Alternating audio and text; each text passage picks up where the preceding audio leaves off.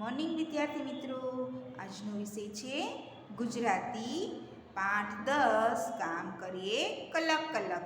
બરોબર, આપણે શ્વાપોથીમાં જોડકા, ખાલી જગ્યાની ખરા ખોટા, પ્રશ્નોના જવાબ, બરોબર. હવે નોટમાં કેવી રીતના લખાય એ હું તમને શીખવાડું છું. જો નોટમાં નવા પેજે લખવાનું પાઠ 10 કામ કરીએ કલક કલક. હવે પહેલો MCQ છે, કોયલ ક્યાં ટહુકતી હતી? તો આંબાની ડાળે, લીમડાની ડાળે, પીપળાની ડાળે. તો ક્યાં ટહુકતી હતી? આંબાની ડાળે. તો આ વાક્ય સાચું છે, એટલે તમારે અહીંયા સાચાની નિશાની કરવાની. હરિયાળા બાગમાં કોણ નાચે છે? કોયલ, ચકલી કે મોર? તો કોણ નાચે છે? મોર. તો આ જવાબ સાચો છે, એટલે તમારે અહીંયા ટીક કરવાની. મરઘીનું નામ શું હતું? કર્મી, અકર્મી કે એક પણ નહીં? તો શું હતું? કર્મી. શું નામ હતું? કર્મી. તો આ વાક્ય સાચું છે, એટલે અહીંયા તમારે રાઈટ કરવાનું રહેશે. કર્મી એટલે કોણ હતું? મરઘી. શેનો દાણો જડ્યો હતો? બાજરી, ચોખા કે ઘઉંનો? શેનો દાણો જડ્યો હતો? ઘઉંનો. તો આ વાક્ય સાચું છે, એટલે તમારે અહીંયા ટીક કરવાની રહેશે. કર્મીએ રોટલી શેમાં જબોડી? ઘીમાં, તેલમાં કે એક પણ નહીં? રોટલી શેમાં જબોડાય? તેલમાં જબોડાય. તેલની વાસ મારે ને. શેમાં જબોડાય? ઘીમાં. તો આ વાક્ય સાચું છે, તમારે અહીંયા ટીક કરવાની રહેશે. પછી છે છઠ્ઠું, ચોટીને કેટલી ચોટી હતી? 3, 1 કે 2? કેટલી ચોટી હતી? 2. કેટલી હતી? 2. છોટી ક્યાં પહોંચી હતી? દવાખાને, પોસ્ટ ઓફિસે કે એક પણ નહીં? તો ક્યાં પહોંચી હતી? દવાખાને. ક્યાં પહોંચી હતી? દવાખાને. શેની લારી આવી હતી? જલેબી, ગાંઠિયા કે ચોળાફળીની? તો જલેબીની. મોઢામાં પાણી આવી ગયું ને. પછી 9મો, ડૉક્ટરે શું ખાવાનું કહ્યું હતું? દાળ, બ્રેડ કે ભજીયા? તો દાળ. શું ખાવાનું કહ્યું હતું? દાળ. આપણે MCQ ફરીવાર એકવાર બોલી જઈએ. શું લખ્યું છે? કોયલ ક્યાં ટહુકતી હતી? તો આંબાની ડાળે. હરિયાળા બાગમાં કોણ નાચે છે? મોર. મરઘીનું નામ શું હતું? કર્મી. કર્મી એટલે મરઘી. શેનો દાણો જડ્યો? તો ઘઉંનો. કર્મીએ રોટલી શેમાં જબોડી? ઘીમાં. છોટીને કેટલી ચોટી હતી? 2. છોટી ક્યાં પહોંચી હતી? દવાખાને. શેની લારી આવી હતી? તો જલેબીની. અને ડૉક્ટરે શું ખાવાનું કહ્યું હતું? દાળ ખાવાની કહી હતી. શું ખાવાનું કહ્યું હતું? દાળ. હવે તમે 9 MCQ લખે એની નીચેથી લખવાનું પ્રશ્ન નંબર 2. શું લખવાનું? યોગ્ય રીતે જોડો. બરોબર. પ્રશ્ન નંબર 2 કરીને જો આ રીતના લખવાનું, યોગ્ય રીતે જોડો. બાગમાં છોડવાની, કોયલ સાથે પતંગિયા પકડવા, મોરલો બોલે. અહીંયા જવાબ છે, પણ કેવા છે? આડાવડા. એ આપણે જોડવાના છે. ગાઉં, જાઉં, દોડી જાઉં, મેં આવું અને પાણી પાઉં. તો બાગમાં દોડી જાઓ. સ્કેલની મદદથી તમારે જોડવાનું રહેશે. છોડવાની તો પાણી પાઉં. કોયલ સાથે તો ગાઉં. પતંગિયા પકડવા જાઉં. મોરલો બોલે મેં આવું. બરોબર. આ રીતે સ્કેલની મદદથી જોડવાના રહેશે. પ્રશ્ન નંબર 2 લખાઈ ગયા બાદ નીચે એક લીટી છોડીને લખવાનું. પ્રશ્ન નંબર 3, નીચે આપેલા પ્રશ્નના ઉત્તર લખો. મરઘીનું નામ શું હતું? શું હતું? કર્મી. શું હતું? કર્મી. તો નીચે જ કરીને લખવાનું. મરઘીનું નામ કર્મી હતું. મરઘીનું નામ કર્મી હતું. સવાલ લખતા જાઓ અને જવાબ બોલતા જાઓ, તો તમને યાદ પણ રહે અને પરીક્ષામાં તકલીફ પણ ન પડે. મરઘીને શું જડ્યું હતું? તો મરઘીને ઘઉંનો દાણો જડ્યો. મરઘીને ઘઉંનો દાણો જડ્યો. ઘઉં દળાવવા ક્યાં જવાય? ક્યાં જવાય? ઘઉં દળાવવા ઘંટીએ જવાય. ક્યાં જવાય? ઘંટીએ જવાય. પછી પ્રશ્ન નંબર 4, આ વાર્તામાં નહીં શબ્દ કેટલી વખત આવે છે? તો આ વાર્તામાં નહીં શબ્દ 20 વખત આવે છે. કેટલી વખત આવે છે? 20 વખત. પછી વાર્તાનું શીર્ષક શું છે? તો વાર્તાનું શીર્ષક શું છે? કામગરી મરઘી વાર્તાનું શીર્ષક છે. આપણે ફરી એકવાર સવાલ જવાબ બોલી જઈએ. મરઘીનું નામ શું હતું? તો મરઘીનું નામ કર્મી હતું. મરઘીનું નામ શું હતું? કર્મી. મરઘીને શું જડ્યું હતું? તેમ લખાય મરઘીને ઘઉંનો દાણો જડ્યો હતો. ઘઉં દળાવવા ક્યાં જવાય? તો ઘઉં દળાવવા ઘંટીએ જવાય. ક્યાં જવાય? ઘંટીએ જવાય. હવે ચોથો, આ વાર્તામાં નહીં શબ્દ કેટલી વખત આવે છે? તો આ વાર્તામાં નહીં શબ્દ 20 વખત આવે છે. કેટલી વખત આવે છે? 20 વખત. વાર્તાનું શીર્ષક શું છે? કામગરી મરઘી વાર્તાનું શીર્ષક છે. કામગરી મરઘી વાર્તાનું શીર્ષક છે. હવે એની નીચે તમારે જગ્યા હોય તો નીચે લખવાનું પ્રશ્ન નંબર 4. શું લખવાનું? પ્રશ્ન નંબર 4. હવે ખરા વાક્ય સામે સાચાની અને ખોટા વાક્ય સામે ખોટાની નિશાની કરો. પહેલું છે મરઘીનું નામ કલખતું. તો ના, ખોટું. શું આવશે? ખોટું.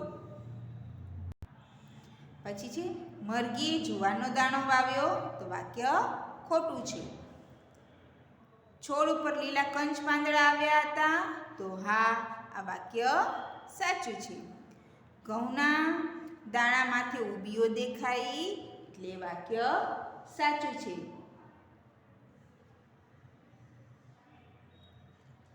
ઉબીઓમાં બાજરી ભરાઈ હતી. ના, આખા આપણે જે પાઠ વાંચી વાર્તા મેં સંભળાઈ બરોબર, તેમાં બાજરી શબ્દ આવે છે ના, ઘઉં આવે છે બરોબર. તો ઉબીઓમાં શું ભરાઈ હતી? ઘઉં ભરાયા હતા. શું ભરાયું હતું? ઘઉં. તો આ વાક્ય ખોટું છે. જો જવાબ લખો તો શું લખાય? ઉબીઓમાં ઘઉં ભરાયા. એવી રીતના તમે લખી શકો છો. પછી મરઘીએ ઘઉં લણી લીધા. તો વાક્ય સાચું છે. મોરલાએ ઘઉં જોડી લીધા. તો આ વાક્ય ખોટું છે. તો શું આવશે? કર્મી અથવા મરઘીએ ઘઉં જોડી લીધા. પછી મરઘી લોટ લઈ ઘંટીએ ગઈ. તો આ વાક્ય ખોટું છે. તો મરઘી ઘઉં લઈને ઘંટીએ ગઈ. અહીં લોટ છે એની જગ્યાએ શું લખવાનું? ઘઉં. શું લખવાનું? સાચો જવાબ ઘઉં લઈ ઘંટીએ ગઈ. મરઘીએ રોટલી વણી પછી લોટ બાંધ્યો. તો આ વાક્ય પણ ખોટું છે. તો વાક્ય કેમ આવે સાચું? તો મરઘીએ લોટ લઈ રોટલી વણી, લોટ બાંધ્યો પછી રોટલી વણી. બાંધ્યા વગર રોટલી વણાય ના. એટલે વાક્ય આવશે જો મરઘીએ લોટ બાંધ્યો, રોટલી વણી. પછી શું આવશે? મરઘીએ લોટ બાંધ્યો પછી રોટલી વણી. 10મું છે રોટલીમાં તેલની સુગંધ આવી. તો વાક્ય ખોટું છે. તો રોટલીમાં ઘીની સુગંધ આવી. શેની સુગંધ આવી? ઘી. તા તેલને હટાડીને અહીંયા શું લખવાનું? ઘી. શું લખવાનું? ઘી. સૂરજનો તડકો રોજ મરઘીને જોવા આવે છે. તો વાક્ય ખોટું છે બરોબર. કોને જોવા આવે છે? ઉબીઓને જોવા આવે છે. જેને ખેતરમાં ઘઉંનો દાણો વાવ્યો હતો એને. મરઘી રોટલી ખાઈ ગઈ. તો હા, કારણ કે એને મહેનત કરી. એને ઘઉંનો દાણો જડ્યો, એને વાવ્યો બરોબર. ઘઉં એને ઉબીઓમાંથી કાઢ્યા. ઘંટીએ લોટ દળાવવા ગઈ, પોતે રોટલી વણી બરોબર. તે એને જ ખાવાનો હક કહેવાય ને સાચો. તો હવે નીચે પ્રશ્ન નંબર 5 કરીને લખવાનું. નીચેના પ્રશ્નોના ઉત્તર લખો. અહીંયા 22 છે તો અહીંયા શું લખવાનું? પ્રશ્ન નંબર 5. નીચે પ્રશ્નના ઉત્તર લખો. શું લખ્યું છે? મરઘી ક્યાં ક્યાં કામ કર્યા? કયા કયા કામ કર્યા? તો પહેલું લખવાનું મરઘીએ ઘઉંનો દાણો વાવ્યો, મરઘીએ ઘઉં લણી લીધા, મરઘીએ ઘઉં ચૂડી લીધા, મરઘીએ ઘઉં દળાવી લીધા, મરઘીએ ઘઉંની રોટલી બનાવી. ફરી એકવાર આપણે બોલી જઈએ. મરઘીએ કયા કયા કામ કર્યા? તો મરઘીએ ઘઉંનો દાણો વાવ્યો, મરઘીએ ઘઉં લણી લીધા, મરઘીએ ઘઉં ચૂડી લીધા, મરઘીએ ઘઉં દળાવી લીધા, મરઘીએ ઘઉંની રોટલી બનાવી. હવે બીજો, સૂરજ રોજ શું કરવા આવે છે?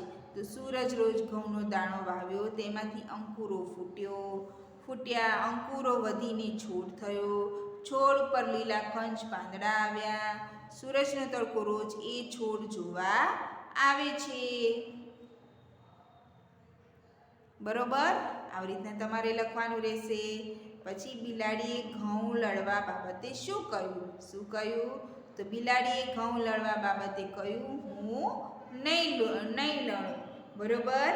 પછી મોરલાએ ઘઉં ઝૂડવા બાબતે શું કહ્યું? તો મોરલાએ કહ્યું, હું નહીં ઝૂડું. બરોબર. આપણે ફરી એકવાર બોલી જઈએ. મરઘીએ કયા કામ કર્યા? તો મરઘીએ ઘઉંનો દાણો વાવ્યો, મરઘીએ ઘઉં લણી લીધા, મરઘીએ ઘઉં ઝૂડી લીધા, મરઘીએ ઘઉં દળાવી લીધા, મરઘીએ ઘઉંની રોટલી બનાવી. સૂરજ રોજ શું કરવા આવે છે? તો સૂરજ રોજ ઘઉંનો દાણો વાવ્યો, તેમાંથી અંકુરો ફૂટ્યો, અંકુરો વધીને છોડ થયો, છોડ ઉપર લીલા કંચ પાંદડા આવ્યા. સૂરજ રોજ તડકો રોજ એ છોડ જોવા આવે છે. બિલાડીએ ઘઉં લણવા બાબતે શું કહ્યું? તો બિલાડીએ ઘઉં બાબતે કહ્યું, હું નહીં લણું. બરોબર. તમે નોટમાં લખો તો આ જવાબ કરીને લખજો, અહીંયા જવાબ કરીને લખજો, અહીં જ કરીને નવા પેજની નીચે લીટીમાં લખજો. મોરલાએ ઘઉં જોડવા બાબતે શું કહ્યું? તો મોરલાએ કહ્યું, હું નહીં જોડું. અહીંયા જવાબ આવશે. બરોબર વિદ્યાર્થી મિત્રો. હવે મરઘીએ જ રોટલી શા માટે ખાધી? તો અહીંયા જવાબ લખવાનો નીચે તમારી નોટમાં. મરઘીએ રોટલી બનાવવા બાબતે કેટલું કર્યું હતું? ખરી મહેનત એની એકલીની જ હતી, એટલે એને રોટલી ખાધી. મરઘીએ જ રોટલી શા માટે ખાધી? તો મરઘીએ રોટલી બનાવવા માટે કેટલું કર્યું હતું? ખરી મહેનત તો એની એકલીની જ હતી ને, એટલે એને રોટલી ખાધી. શું શું ઉગાડી શકાય? તો ઘઉં, બાજરી, ચોખા, મગફળી વગેરે અનાજો, વિવિધ શાકભાજી, ફૂલ, ફળો વગેરે ઉગાડી શકાય. પછી છે શું દળાવી શકાય? તો ઘઉં, બાજરી, ચોખા, જુવાર વગેરે દળાવી શકાય. ઘઉંમાંથી શું બનાવી શકાય? ઘઉંમાંથી રોટલી, ભાખરી, લાપસી, થેપલા વગેરે બનાવી શકાય. આપણે ફરી એકવાર રિવિઝન કરી લઈએ. મરઘીએ જ રોટલી શા માટે ખાધી? તો મરઘીએ રોટલી બનાવવા માટે કેટલું કર્યું હતું તેને? આપણે વાર્તા સાંભળીને મરઘીની. ખરી મહેનત તો એની એકલીની જ હતી ને, એટલે એને રોટલી ખાધી. શું ઉગાડી શકાય? તો ઘઉં, બાજરી, ચોખા, મગફળી વગેરે અનાજો, વિવિધ શાકભાજી, ફૂલો, ફળો વગેરે ઉગાડી શકાય. શું દળાવી શકાય? તો ઘઉં, બાજરી, ચોખા, જુવાર વગેરે દળાવી શકાય. બરોબર વિદ્યાર્થી મિત્રો. હવે 8મું છે, ઘઉંમાંથી શું બનાવી શકાય? તો ઘઉંમાંથી રોટલી, ભાખરી, લાપસી, થેપલા વગેરે બનાવી શકાય. બરોબર વિદ્યાર્થી મિત્રો. તમારે નોટમાં લખવાનું રહેશે.